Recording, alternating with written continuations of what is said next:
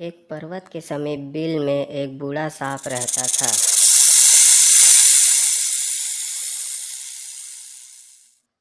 अपनी जवानी में वह बड़ा रौबीला सांप था। जब वह लहराकर चलता तो कौन जाती थी, पर बुढ़ापा तो बड़े बड़ों का तेज हल लेता है। बुढ़ापों की मार से सांप का शरीर कमजोर पड़ गया था। उसके विषदंत हिलने लगते थे और फुकराते हुए दम फूल जाता था। चूहा उसको चिढ़ाते हुए बोलते थे, ए बूढ़ा सांप, आज खा मुझे, आ खा। बोलकर चले जाते थे। पेट भरने के लिए चूहों के भी लाले पड़ गए थे। बूढ़ा सांप इसी आस में लगा रहता कि किस प्रकार आराम से भोजन का स्थायी प्रबंध किया जाए। एक दिन उसे एक उपाय सूझा और उसे आजमाने के लिए वह एक सरोवर के किनारे जा पहुंचा। सरोवर में मेढकों की भरमार थी। वहाँ उन्हीं का राज था। तभी उसे एक पत्थर पर मेढकों का राजा बैठा नजर आया। बूढ़ा सांप ने उसे नमस्कार किया। महाराज की जय हो। मेढक राज चौंक गया। तुम तो हमारे दुश्मन हो, मेरी जय का नारा क्यों लगा रहे हो?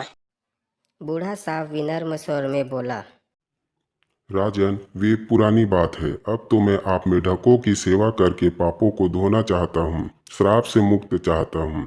ऐसा ही मेरे नाग गुरु का आदेश है। मेढक राज ने पूछा। उन्होंने ऐसा विचित्र आदेश क्यों दिया? बूढ़ा सांप ने मनगढ़ंत कहानी सुनाई। राजन, एक दिन मैं एक उद्यान में घूम रहा था। वहाँ कुछ मानव बच्चे खेल रहे थे। गलती से एक बच्चे का पैर मुझ पर पड़ गया और बचाव स्वरूप मैंने उसे काटा और वह बच्चा मर गया।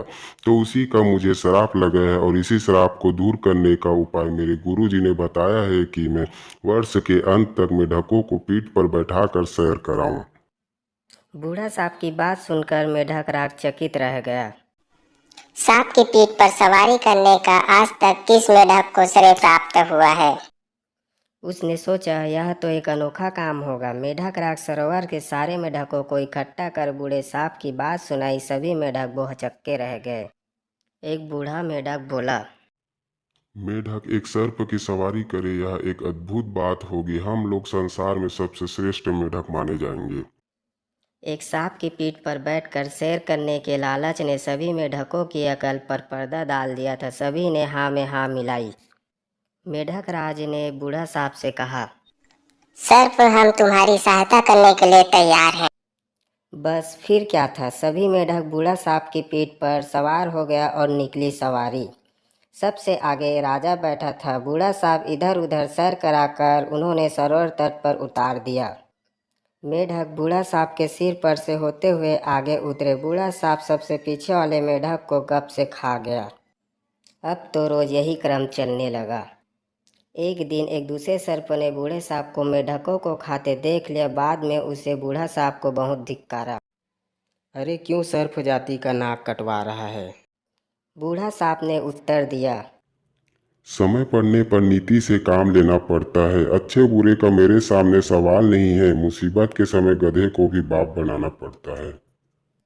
बूढ़े सांप के दिन मजे से कटने लगे। वह पीछे वाले मेढक को इस प्रकार खा जाता कि किसी को पता न लगता। मेढक अपनी गिनती करना तो जानता नहीं था, जो गिनती द्वारा माजरा समझ लेता। एक दिन मेढक राज बोला, मुझे ऐसा लग रहा है कि सरोवर में मेढक पहले से कम हो गया, पता नहीं क्या बात है। बूढ़ा सांप बोला, हे राजन, सर्प की सवारी करने वाले महान मेढक राजा के रूप में आपकी ख्याति दूर दूर तक पहुंच रही है। यहाँ से बहुत से मेढक आपका यश फैलाने दूसरे सरोवर, तलों व झीलों में जा रहे हैं। मेढक राज की गर्व से छाती फूल गई। अब उसे सरोवर में मेढकों के कम होने का भी गम नहीं था। जितने मेढक कम होते जाते, वह यह सोचकर उतना ही प्रसन्न होता कि सारे संसार में उसका झंडा गड़ रहा है। आखिर वह दिन भी आया जब सारे मेढक समाप्त हो गए। केवल मेढक राज अकेला रह गया। उसने स्वयं को अकेले बूढ़े सांप की पीठ पर बैठा पाया तो उसने बूढ़े सांप से पूछा, लगता है सरोवर में मैं अकेला रह गया हूँ। मैं अकेला कैसे रहूँगा? बूढ़ा सांप मुस्कुराया। राजन, आप चिंता न करें, मैं आपका अकेलापन भी दूर कर दूंगा। ऐसा कहते हुए बूढ़ा सांप ने मेढक राज को भी गप से निकल लिया। इस तरह से पूरा मेढक साम्राज्य का समापन हो गया।